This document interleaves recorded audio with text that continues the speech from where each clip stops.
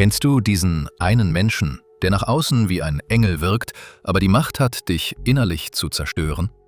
Du denkst, du hilfst aus Liebe, aber in Wahrheit wirst du manipuliert. Und das Gefährliche, er sitzt nicht irgendwo da draußen. Er kommt oft direkt aus deinem Umfeld. Arbeit, Freunde, Familie oder aus deiner Gemeinde. In diesem Video zeigen wir dir, wie du diesen Menschentyp sofort erkennst und 2 Methoden, mit denen er dich gezielt aussaugt. Am Anfang fühlt sich alles gut an. Du bekommst Komplimente, Aufmerksamkeit, Nähe. Du hast das Gefühl, endlich versteht mich mal jemand. Aber genau hier beginnt das Problem. Denn dieser Mensch ist nicht einfach nur nett, er handelt strategisch und bindet dich, Schritt für Schritt. Achte auf den Moment, in dem du wagst, aus der Reihe zu tanzen. Sobald du deine eigene Meinung äußerst oder eine klare Grenze ziehen willst, dann kippt die Stimmung. Die Luft wird kalt. Mit einem einzigen Blick verwandelt er sich in das Opfer und du bist plötzlich der Undankbare. Er missbraucht deine Nächstenliebe, um dich wie eine Marionette zu steuern. Er nutzt dein Schuldgefühl. In der modernen Psychologie nennt man dieses toxische Verhalten verdeckten Narzissmus. Dieses Muster ist kein Zufall. Es ist ein Angriff auf dich. Du versuchst ihm zu helfen, aber in Wahrheit bist du sein Treibstoff. Er hebt dich hoch, nur um dich im nächsten Moment fallen zu lassen. Und genau das lässt dich an dir selbst zweifeln. Das ist kein normales Verhalten. Das ist ein Spiel aus Nähe und Entzug. Und jetzt wird es entscheidend. Das ganze Spiel hat leider nicht nur eine menschliche Komponente. Es hat eine viel tiefere und zugleich gefährlichere Ursache. Die Bibel warnt dich vor genau diesen Menschen. Im 2. Timotheusbrief, Kapitel 3, Vers 5 steht: Sie haben den äußeren Schein von Gottesfurcht, aber deren Kraft verleugnen sie. Von solchen wende dich ab. Paulus entlarvt hier ein gefährliches Schauspiel. Er spricht von Menschen, die das christliche Vokabular perfekt beherrschen. Sie wirken nach außen tadellos fromm. Das ist der äußere Schein. Aber der entscheidende Teil fehlt: die Kraft. Echte Gottesfurcht hat eine Kraft, die das Herz radikal verändert, die frei macht von Selbstsucht. Die harte Wahrheit ist, in ihrem Herzen regiert nicht die Liebe, sondern ihr eigenes Ego. Sie nutzen die Form der Frömmigkeit nur als Werkzeug, um dich zu kontrollieren. Gottes Absicht für dich ist glasklar. Er möchte nicht, dass du dich für das Ego eines anderen Menschen aufopferst, nur weil er eine fromme Maske trägt. Gott will, dass du ein messerscharfes Unterscheidungsvermögen entwickelst. Achte darauf. Wenn da keine Liebe, kein Friede und keine echte Veränderung ist, dann zieh die Reißleine.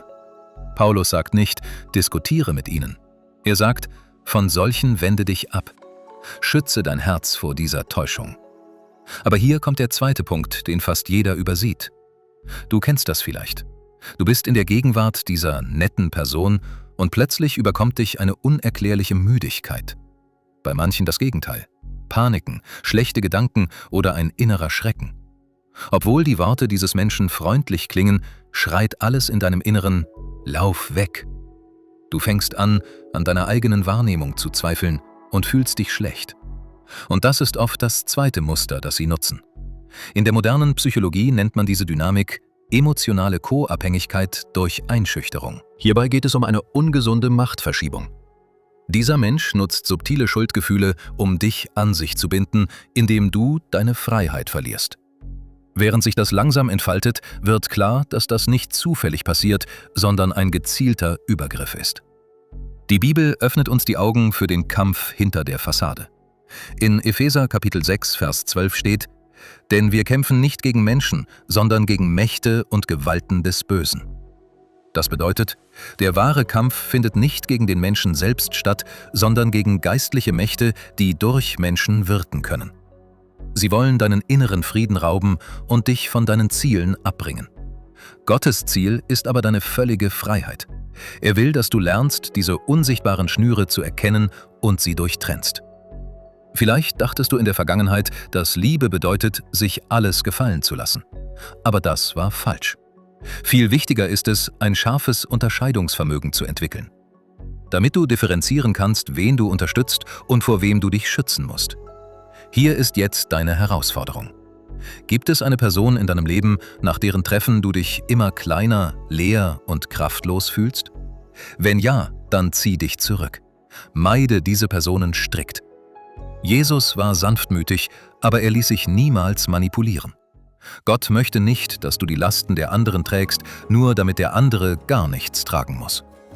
Setze klare biblische Grenzen und bringe diese Beziehung heute noch in deinem persönlichen Gebet vor Jesus. Er gibt dir die Kraft, Nein zu sagen.